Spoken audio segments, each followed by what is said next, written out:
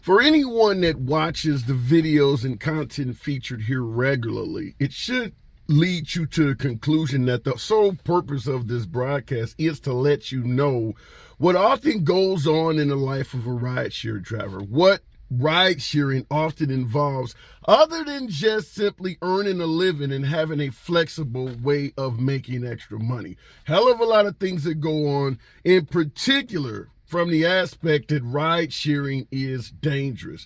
What up, folks? Once again, it is your boy Tim with another ride sharing video.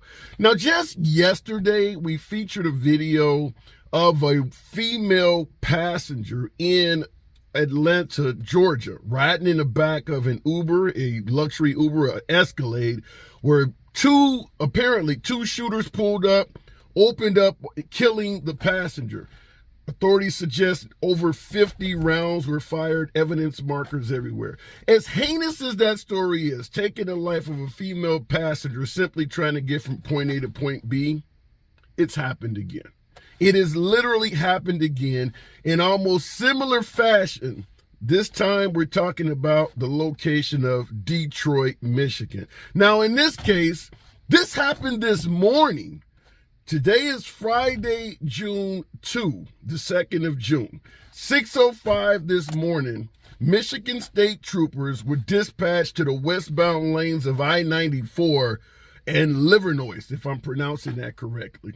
And when they arrived at the scene, they did indeed find a 34-year-old female Uber passenger sitting in the back seat that had been shot multiple times.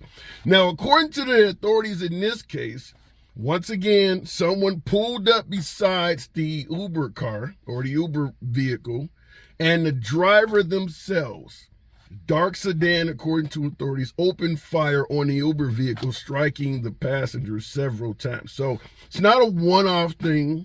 It's not an accident or a stray bullet. Just like in Atlanta, this is a targeted attempt at assassination. Now, in this case, the female passenger did not pass away, did not lose her life. We talked about the one in Atlanta where the woman was shot so many times, they haven't even released how many times she was hit. Well, in this case, the stories also suggest this woman was hit multiple times, but the officers arrived, were able to apply a tourniquet to her leg. I think she got hit in the leg or something like that, but she did survive. But she was shot more than once.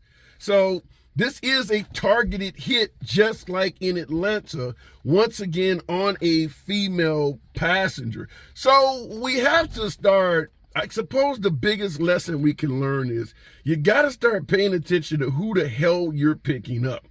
Because in this case, and in the case of the driver in Atlanta, neither rideshare driver, both Uber drivers, neither one were hit by any stray gunfire.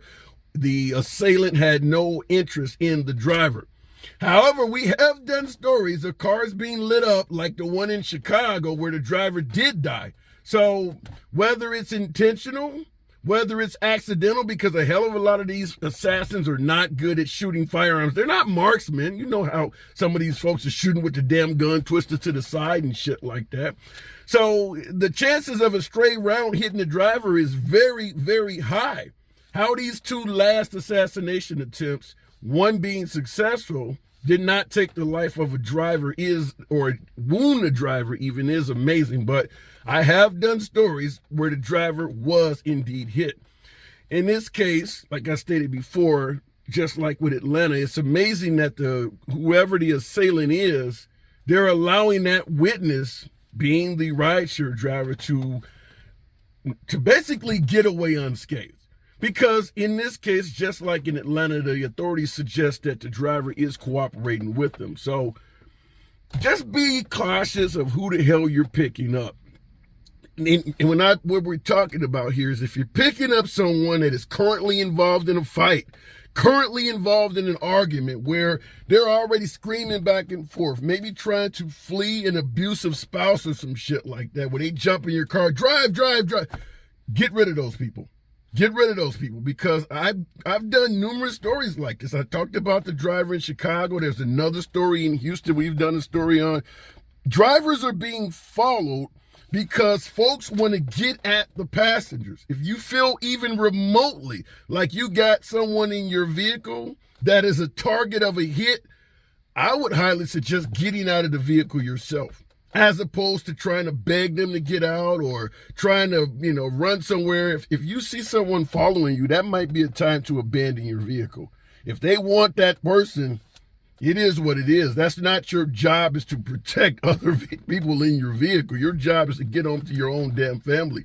If you have to temporarily abandon your vehicle so that that person realizes, we're not going to get away in this car, I need to get out and run somewhere else, you can come back and get your own shit and drive off. But you don't want to have somebody with a bullseye on their back riding around in the backseat of your car. And there's a hell of a lot of passengers that are using us to get away from committing crimes. We've done videos on folks dealing drugs using our vehicles to basically transport narcotics. All of that shit makes that passenger a potential target. And the drivers are often unaware of this stuff until you hear gunshots ringing out or the police or their ops catch up with your vehicle. You just don't want to be in those situations. So I just wanted to come to you with this story from a standpoint of pay attention to who the hell you're picking up. Listen to some of those conversations that's going on. Folks get in your vehicle and they're on the phone and they're involved with arguments and shit like that. I'm on my way to your house. Your ass better not be there. Don't take them to that damn house. When you hear stuff like that, threats being made, folks running from shit and things like that, get out of those trips. I understand you don't want to piss off the passenger. Many of us do not want to get a low rating or something like that, but you're making 80 cents to $1 per mile. It ain't worth putting your life at risk. It's just not worth putting your life at risk. And I, as someone who's been doing stories like this over a year now, it is amazing, literally amazing at how many rideshare drivers lose their lives doing this. It's not a small number. It's not fucking rare. I get those pushbacks in the comments. Well, that doesn't happen that much. Why the hell are you doing these stories? Look through my videos. Look at all the drivers getting their ass beat, getting carjacked, getting raped, getting killed and robbed. Pay attention to your surroundings. It's your boy Tim. Subscribe to the damn channel, and I'll see you in the next video.